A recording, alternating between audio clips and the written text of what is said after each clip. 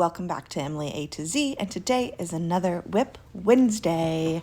I am so excited to be recording this finally. I actually filmed this clip quite a while ago, but things got away from me as far as the voiceover part and the editing part, so I do apologize. I know it's been about a month.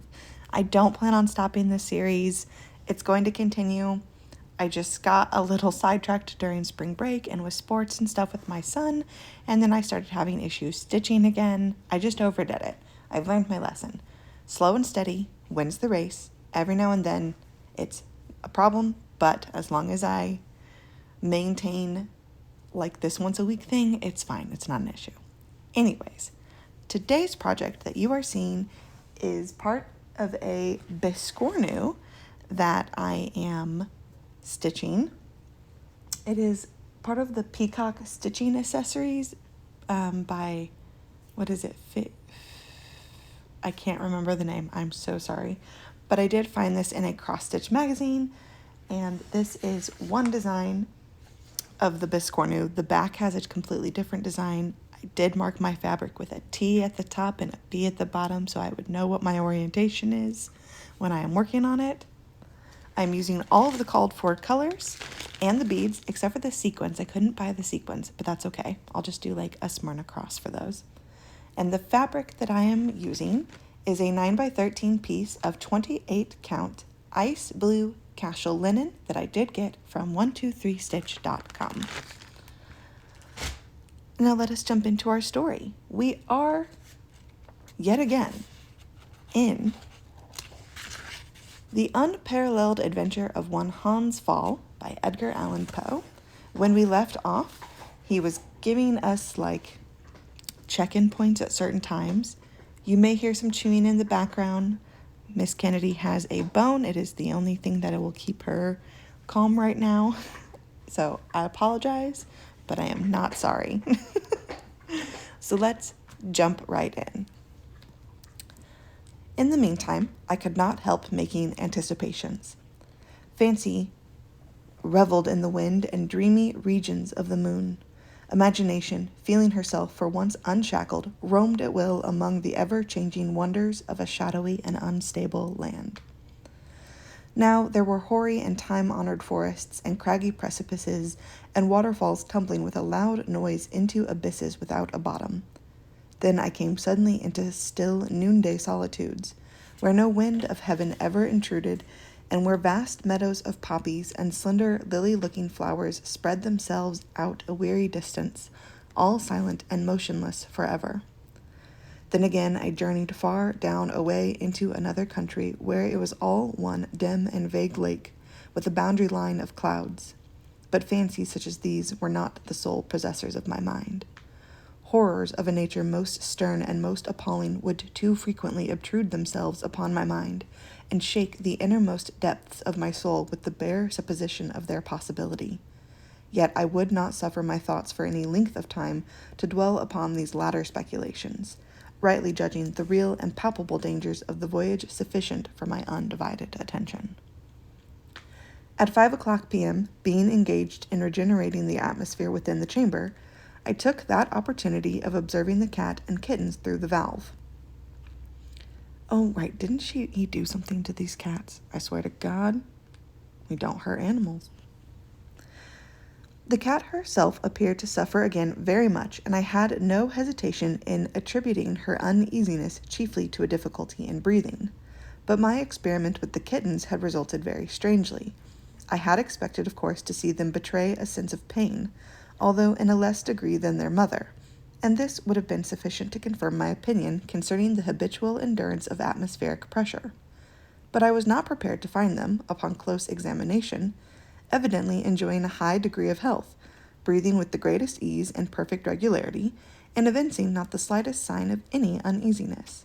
I could only account for all this by extending my theory, and supposing that the highly rarefied atmosphere around might perhaps not be, as I had taken for granted, chemically insufficient for the purposes of life, and that a person born in such a medium might possibly be unaware of any inconvenience attending its inhalation, while upon removal to the denser strata near the earth, he might endure tortures of a similar nature to those I had so lately experienced. It has since been to me a matter of deep regret that an awkward accident at this time occasioned me the loss of my little family of cats and deprived me of the insight into this matter with a continued experiment which a continued experiment might have afforded. So pause. I'm inserting a trigger warning because I believe he's going to tell us what happened to cause him to lose these animals. So I'm sorry. I didn't know, and it's got to make me sad. Anyways, here we go. In passing my hand through the valve with a cup of water for the old puss, the sleeve of my shirt became entangled in the loop which sustained the basket, and thus in a moment loosened it from the bottom. Had the whole actually vanished into air,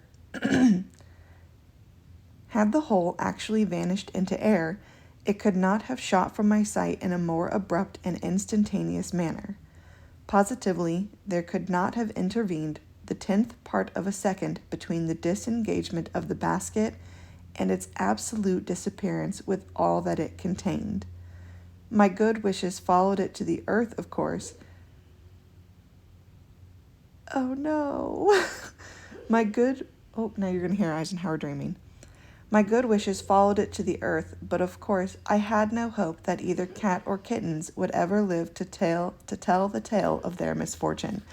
The basket came fucking loose and plummeted to the ground? Are you kidding me? I'm okay, Kennedy. We need a drink break. What the hell? This morning I have coffee.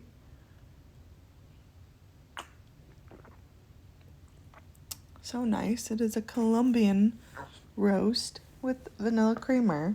Okay, let's get back into this sadness.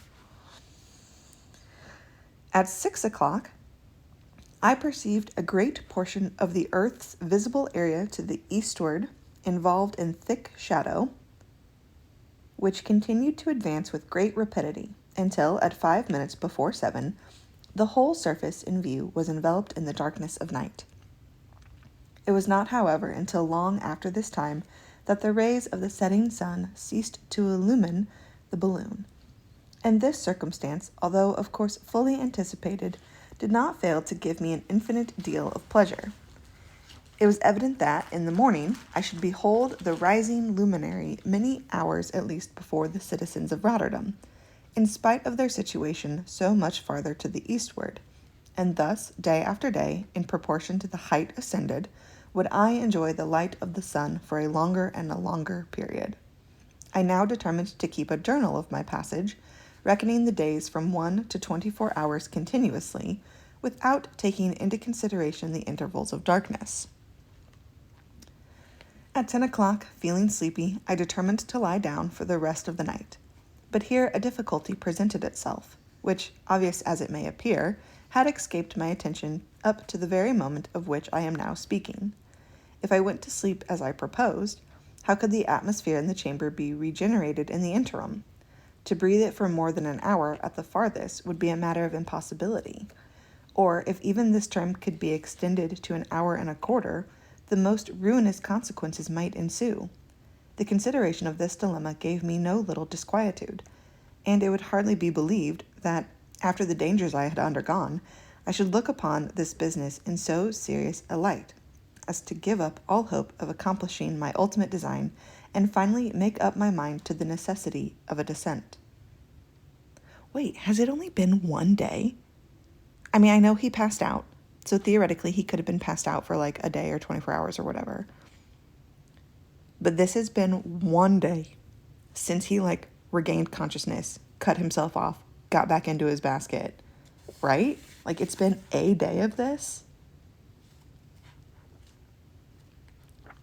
Because I don't think he's talked about it being night yet. That's crazy. Okay. Sorry, I've had a lot of commentary this episode. I'm just what? But this hesitation was only momentary. I reflected that man is the veriest slave of custom, Where is my voice going? I apologize. I reflected that man is the veriest slave of custom, and that many points in the routine of his existence are deemed essentially important, which are only so at all by his having rendered them habitual. It was very certain that I could not do without sleep, but I might easily bring myself to feel no inconvenience from being awakened at intervals of an hour during the whole period of my repose. It would require but 5 minutes at most to regenerate the atmosphere in the fullest manner, and the only real difficulty was to contrive a method of arousing myself at the proper moment for doing so. But this was a question which, I am willing to confess, occasioned me no little trouble in its solution. To be sure, I had heard of the student who, to prevent his falling asleep over his books, held in one hand a ball of copper, the din of whose descent into a basin of the same metal on the floor beside his chair served effectually to startle him up if at any moment he should be overcome with drowsiness. Fun fact about me, I am allergic to copper. I break out into hives if I touch it. It's not fun. Anyways, my own case, however, was very different indeed, and left me no room for any similar idea. For I did not wish to keep awake, but to be aroused from slumber at regular intervals of time. I at length hit upon the following expedient, which, simple as it may seem, was hailed by me at the moment of discovery as an invention fully equal to that of the telescope, the steam engine, or the art of printing itself. It is necessary to premise that the balloon, at the elevation now attained, continued its upward course with an even and undeviating ascent, and the car consequently followed with a steadiness so perfect that it would have been impossible to detect in it the slightest vacillation. This circumstance favored me greatly in the project I now determined to adopt. My supply of water had been put on board in kegs containing 5 gallons each. Oh, hello, Kennedy. And ranged very securely around the interior of the car. I unfastened one of these, and taking 2 ropes, tied them tightly across the rim of the wickerwork from one side to the other, placing them about a foot apart and parallel, so as to form a kind of shelf upon which I placed the keg, and steadied it in a horizontal position. About 8 inches immediately below these ropes and 4 feet from the bottom of the car, I fastened another shelf, but made of thin plank, being the only similar piece of wood I had. Upon this latter shelf, and exactly beneath one of the rims of the keg, a small earthen pitcher was deposited. I now bore a hole in the end of the keg over the pitcher and fitted in a plug of soft wood, cut in a tapering or conical shape.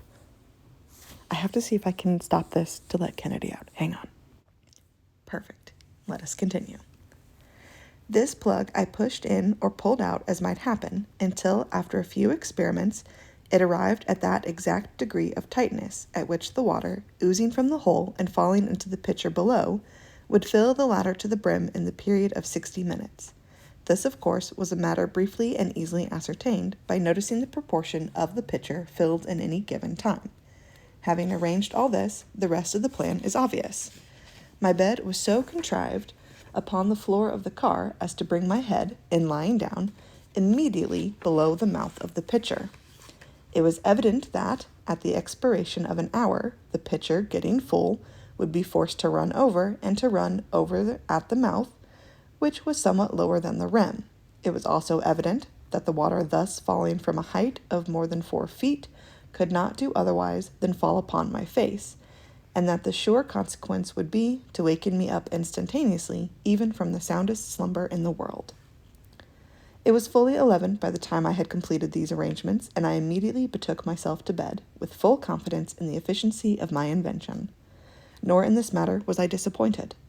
Punctually every 60 minutes was I aroused by my trusty chronometer, when, having emptied the pitcher into the bung hole of the keg and performed the duties of the condenser, I retired again to bed.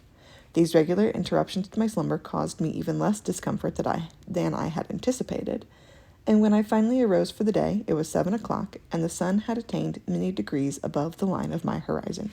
Now this bitch is lying, because we both know if you are being woken up every single hour to do something, you are not falling back asleep that fast. Absolutely not.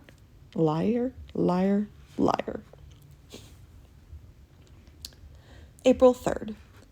I found the balloon at an immense height indeed, and the Earth's convexity had now become strikingly manifest. Below me in the ocean lay a cluster of black specks, which undoubtedly were islands. Overhead, the sky was of a jetty black, and the stars were brilliantly visible. Indeed, they had been so constantly since the first day of ascent. Far away to the northward, I perceived a thin, white, and exceedingly brilliant line, or streak, on the edge of the horizon, and I had no hesitation in supposing it to be the southern disk of the ices of the polar sea. My curiosity was greatly excited, for I had hopes of passing on much farther to the north, and might possibly, at some period, find myself placed directly above the pole itself. I now lamented that my great elevation would, in this case, prevent my taking as accurate a survey as I could wish. Much, however, might be ascertained. Nothing else of an extraordinary nature occurred during the day. My apparatus all continued in good order, and the balloon still ascended without any perceptible vacillation. The cold was intense, and obliged me to wrap up closely in an overcoat. When darkness came over the earth, I betook myself to bed, although it was for many hours afterward broad daylight all around my immediate situation. The water clock was punctual in its duty, and I slept until next morning soundly, with the exception of the periodical interruption. Let's take a drink here.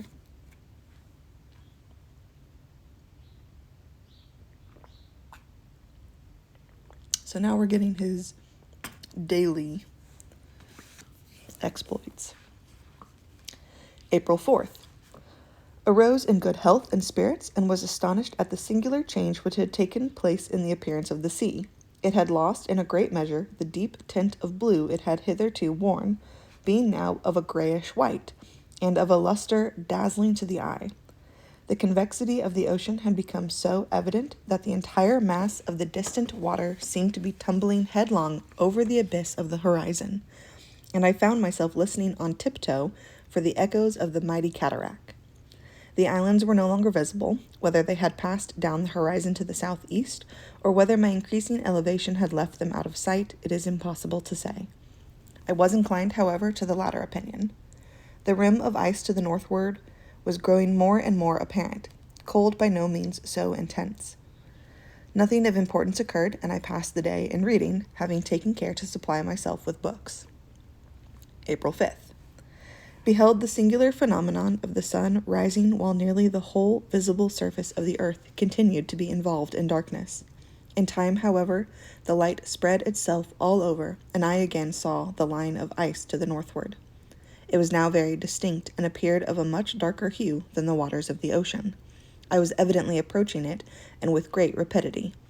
Fancied I could again distinguish a strip of land to the eastward, and one also to the westward, but could not be certain. Weather moderate. Nothing of any consequence happened during the day. Went early to bed. April 6th. Was surprised at finding the rim of ice at a very moderate distance, and an immense field of the same material stretching away off to the horizon in the north. It was evident that if the balloon held its present course, it would soon arrive above the frozen ocean, and I had now little doubt of ultimately seeing the pole. During the whole of the day I continued to near the ice. Toward night, the limits of my horizon very suddenly and materially increased, owing undoubtedly to the earth's form being that of an oblate spheroid, and my arriving above the flattened regions in the vicinity of the Arctic Circle.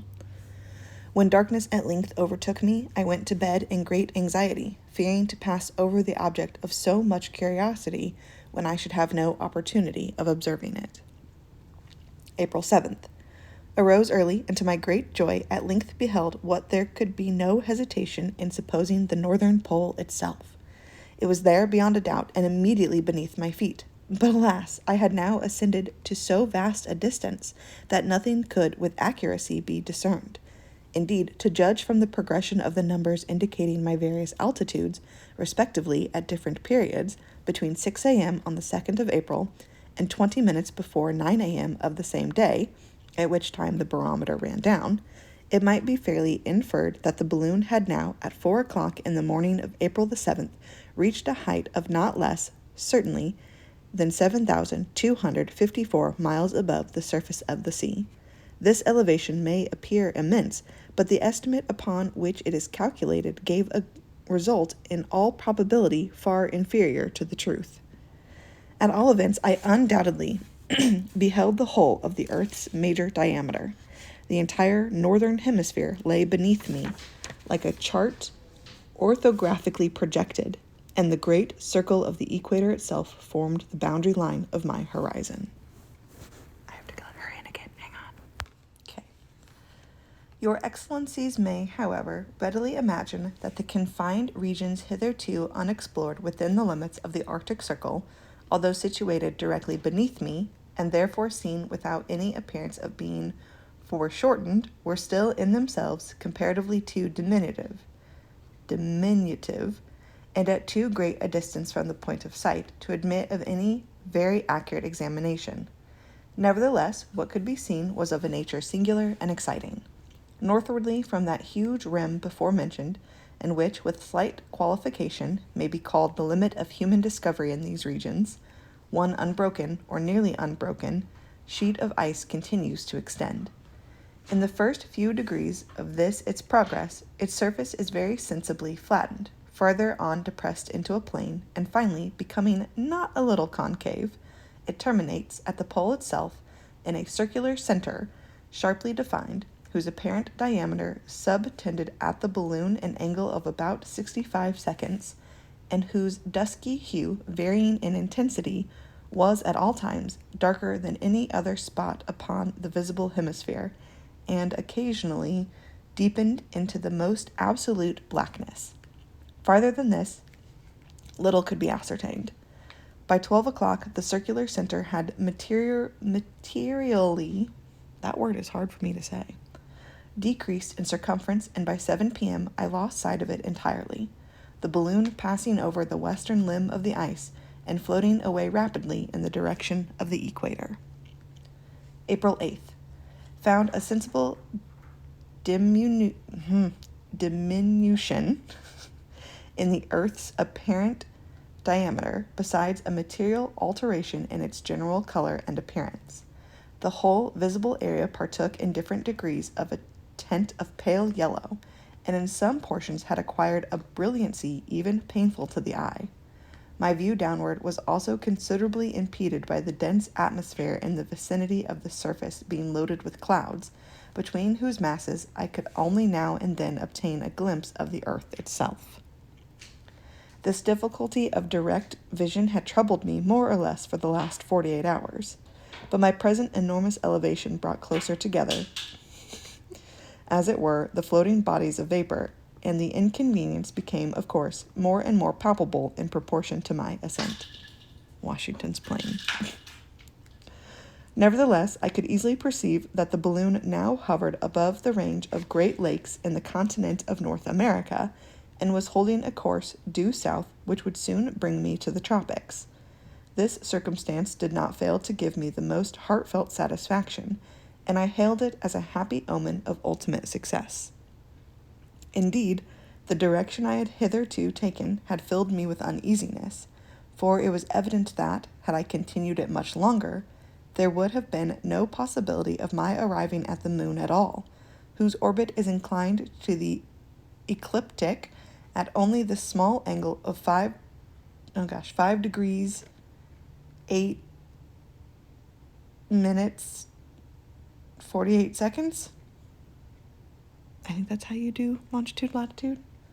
Strange as it may seem, it was only at this late period that I began to understand the great error I had committed in not taking my departure from Earth at some point in the plane of the lunar ellipse.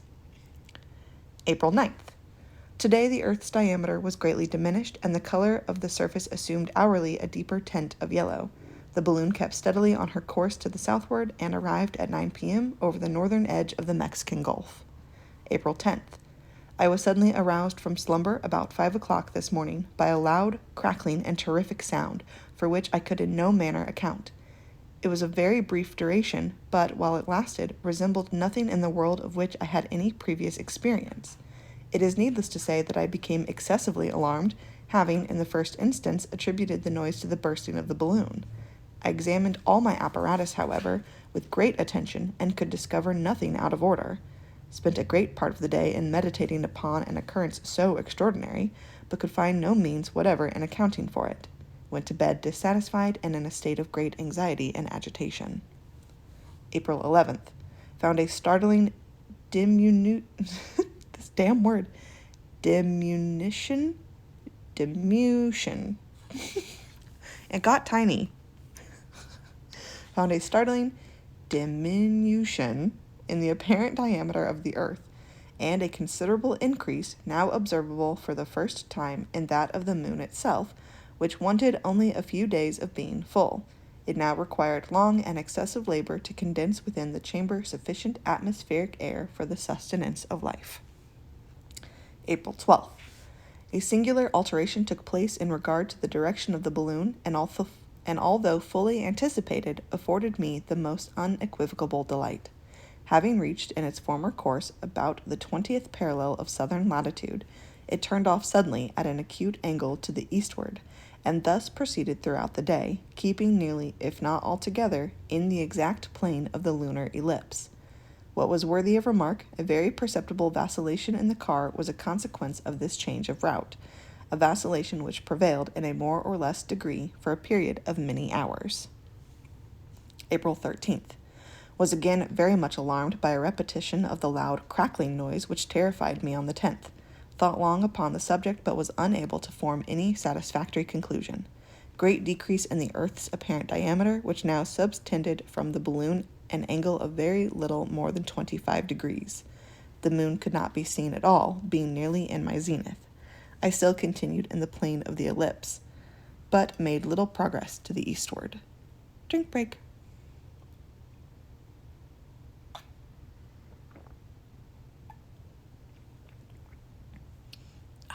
Delicious coffee. April 14th. Extremely rapid decrease in the diameter of the earth. Today I became strongly impressed with the idea that the balloon was now actually running up the line of Apsides to the point of perigee, in other words, holding the direct course which would bring it immediately to the moon in that part of its orbit the nearest to the earth. The moon itself was directly overhead and consequently hidden from my view. Great and long-continued labor necessary for the condensation of the atmosphere. And this is where we're going to stop. We're about to go into April 15th, but I am almost done here. I finished that whole section of blue, and I'm just going to get my needle situated and started for my next stitch.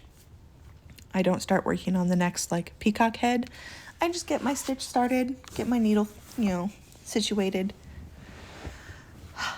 and that'll be the end. Again, I apologize it took me so long to get another episode of WIP Wednesday out. I don't plan on stopping. I plan on continuing. I have a lot of fun doing this. I love working. It prompts me to work on my WIPs, and it's just a lot of fun for me as well. I like to read. I like storytelling. This is just fun for me, and I'm grateful for those of you who have asked if I'm going to continue and have wondering where the next episode is. I hope to get better at having multiple episodes ready to go so that there isn't as long as a wait. But that's all for today. I don't know. We will continue in our story next week. I might continue working on Peacock. I might not. Who knows? Maybe I'll pull out a different WIP for as long as we still have to go. I don't know, but I gotta go. Thank you so much for being here. Be easy with your hearts.